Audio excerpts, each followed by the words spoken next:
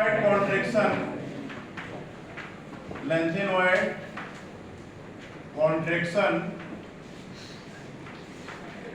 क्यों इंपॉर्टेंट है? Why lanthanoid contraction important है भाई? क्यों why lanthanoid contraction very important वाले हो?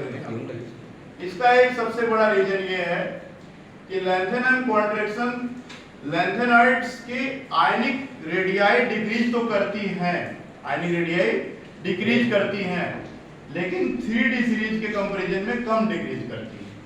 3D सीरीज आपका जो आयनिक रेडियाई है वो ज्यादा डिक्रीज करता है, लेकिन लेंथेनॉइड्स का आयनिक रेडियाई कम डिक्रीज करता है, तो इसलिए इंपॉर्टेंट है।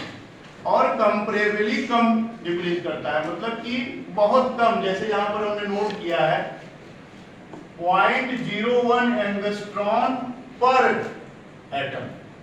टोटल एटम कितने हैं? 14।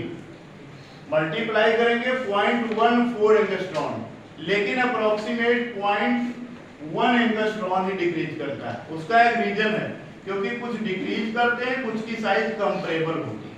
जैसा कि यहाँ नोट कर रखा है, अगर पिकोमीटर में आप देखें तो 103, 102, 101, 99.5, 99, 98, 97 हमने अप्रोक्सीमेट वैल्यू लिखी है। आप ऐसे डिक्रीज करते जाएंगे 90 पिकोमीटर तक जाएगा। मतलब लैंथेनम से अगर ल्यूटेशियम तक हम देखें, सीरियम से ल्यूटेशियम तक, तो जो हमारा आयनिक रेडियाई है बहुत कम डिक्रीज कर रहा है। मतलब साइज क्या है? कंपैरेबल है। साइज क्या है? कंपैरेबल साइज है। अब इसका सबसे बड़ा रीजन आयनिक रेडियाई डिक्रीज करता है और वो कांस्टेंट डिक्रीज करता है। मतलब किसी किसी सीरीज में डिक्रीज करेगा, फिर क्या हो जाएगा? इंक्रीज कर जाएगा। लेकिन इस वाले केस में डिक्रीज करेगा तो कांस्टेंट डिक्रीज ही करता जाएगा, किसी किसी में कंपैरेबल हो जाएगा।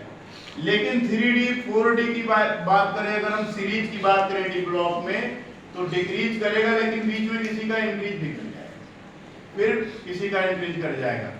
तो कहने का मतलब यह है, अगर आप आयनिक रेडियाई की बात करें तो डिक्रीज करते करते किसी का बढ़ जा रहा है, लेकिन इसमें आयनिक रेडियाई कांस्टेंट डिक्रीज करता है, इसलिए इंपॉर्टेंट। अब क्या है? कांस्टेंट डिक्रीज करने की वजह से इसको बोलते हैं लेंथेनॉइड या लेंथेनॉइड लेंथेनम कॉन्ट्रैक्शन। कॉन्ट्रैक्शन का मतलब होता है संकुचन या सिकुड़ना। अब हम बात करते हैं कि ये होता क्यों है, रीजन क्या है इसके पीछे का। क्योंकि इलेक्ट्रॉनिक कॉन्फ़िगरेशन हमारा है पूरे लेंथेनॉइड सीरीज का D, F और S। D में इलेक्ट्रॉन 0 जाएगा या 1 जाएगा, मोस्टली 0 ही जाता है, कभी कभी 1 एंट्री करता है। 4F की बात करें तो 1 इलेक्ट्रॉन जाएगा, और 6S में 2 इलेक्ट्रॉन हमेशा रहते हैं। इसीलिए +3 ऑक्सीडेशन स्टेट में यहां से हम निकाल लेते हैं आसानी से। क्लियर है? अब रीजन क्या है कि अगर हम +3 ऑक्सीडेशन स्टेट देखते हैं तो 1 से लेकर 14 हमको एक बढ़िया सिमेट्रिकल सीरीज मिलती है।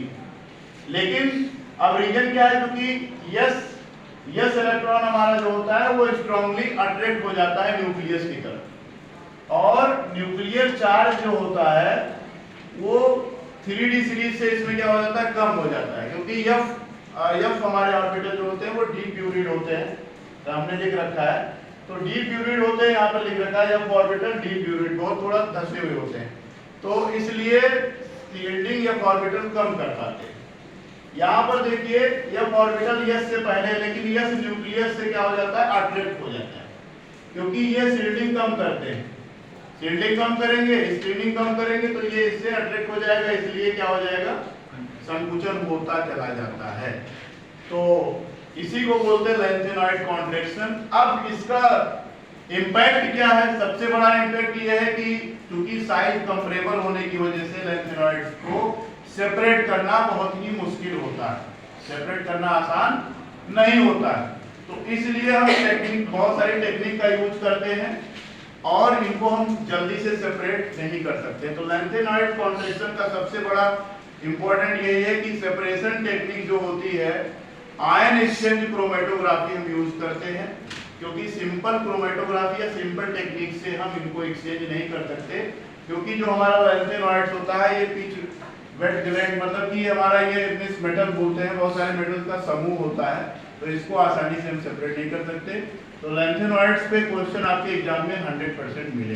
Thank you very much.